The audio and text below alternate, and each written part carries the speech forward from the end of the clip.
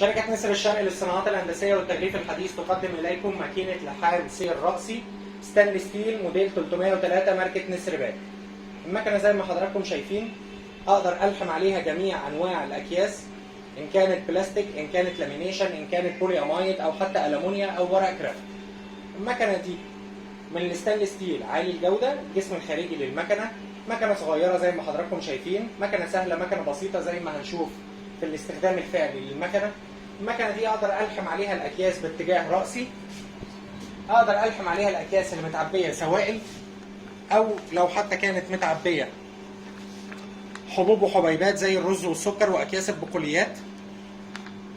هنوري حضراتكم تجربة بسيطة المكنة بتشتغل إزاي. ده عندي كيس